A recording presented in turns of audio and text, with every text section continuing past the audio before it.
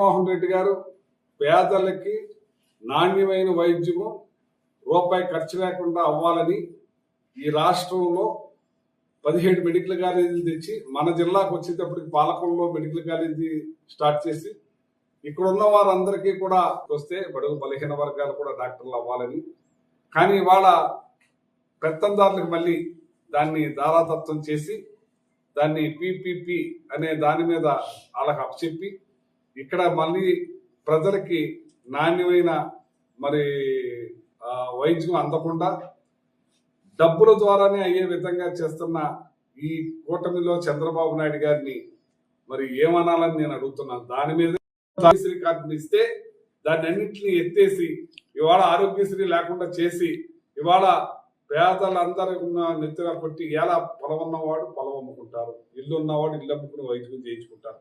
కానీ ఏమీ లేనివాడు ఎలా చేయించుకుంటాడు, ఏ రకంగా వైద్యం అందాలి అనే ఆలోచనే లేకుండా ఒకవేళ ఈ పేదవాళ్ళందరూ ఇక్కడ మరి గతంలో చేసినట్టుగా జగన్మోహన్ రెడ్డి గారు ఆరోగ్యశ్రీని తీసుకొచ్చారు. అప్పటి నుంచి ఇప్పుడు దాకా ప్రతి ఒక్కరికి ఏ ఇబ్బంది లేకుండా నడుస్తున్న దాన్ని ఇవాళ నీరుగార్చే ప్రయత్నం చేస్తున్నారు. కాబట్టి ఎట్టి పరిస్థితుల్లోనూ ఈ మెడికల్ కాలేజీలు గవర్నమెంటే నడపాలి, గవర్నమెంట్ తరఫునే ఉండాలని పోరాటంలో భాగంగా రేపు 12వ తారీఖున ప్రతి ఒక్కళ్ళు కార్యకర్తలు, నాయకులు, ప్రజలు పాల్గొని ఇది పెద్ద ఎత్తున మెమరాండం ఇచ్చే కార్యక్రమంలో పాల్గొనడానికి మరి మెడికల్ కాలేజీలు గవర్నమెంటే నడపాలి, గవర్నమెంట్ తోటి ఇచ్చేయాలని చెప్పి మరి రాష్ట్రం అంతా కూడా పెద్ద ఉద్యమం నడుస్తుందని చెప్పి దీనికి పూర్తిగా సహకరించాలని చెప్పి నేను కోరుతా ఉన్నాను. కాలేజీ చంద్రబాబు నాయుడు గారు ఈ కాలేజీలే లేవన్నారు. కాలేజీలే లేవంటే ఇవాళ కేంద్రం ఈ గవర్నమెంట్ కాలేజీలకి 18 పీజీ సీట్లు కూడా కేటాయించింది. అంటే కాలేజీలే లేనప్పుడు పీజీ సీట్లు ఎలా ఇచ్చారు? అలా ఎలా మాట్లాడుతున్నారు, ఏం మాట్లాడుతున్నారు? హోమ్ మినిస్టర్ గా చేస్తున్న ఆవిడ ఏం మాట్లాడుతుందో తెలియదు, మరి స్పీకర్ గా ఉన్న స్థానంలో ఉండి అతను ఏం మాట్లాడుతున్నాడో తెలియదు, మంత్రులుగా ఉన్న వాళ్ళు ఏం మాట్లాడుతున్నారో తెలియదు. అసలు ఏమి పాలన గాలి కుదిరేసి దాచుకో, దోచుకో, పంచుకో. ఇవాళ చాలా మంది ఇక్కడికి వెళ్ళిపోతున్నారు. న్యూజిలాండ్ లో మరి పొలాలు కొనుక్కుంటానికి పోతా ఉన్నారు. దాచుకున్న డబ్బుని అక్కడ దోచుకున్న డబ్బుని దాచుకుంటానికి పోతా ఉన్నారు. ఈ పరిస్థితులు నడుస్తున్నాయి, కానీ పాలన గాలి కుదిరేశారని చెప్పి సందర్భంగా తెలియజేస్తున్నాను.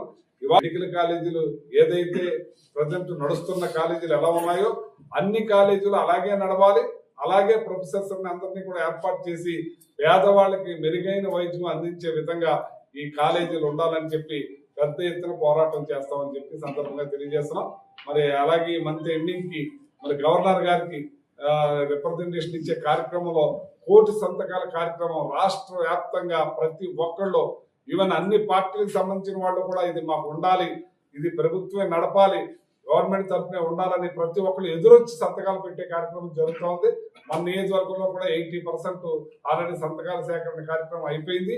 ఆల్రెడీ చాలా మంది హ్యాండ్ ఓవర్ చేశారు, చాలా గ్రామాల వాళ్ళని హ్యాండ్ ఓవర్ చేశారు. అన్ని కూడా ఇవి మన జిల్లాకి పంపిస్తాం. జిల్లా నుంచి మరి తాడేపల్లికి వెళ్తే తాడేపల్లి నుంచి గవర్నర్ గారికి అందించే కార్యక్రమంలో జగన్మోహన్ రెడ్డి గారు పాల్గొంటారని చెప్పి ఈ సందర్భంగా తెలియజేస్తారు.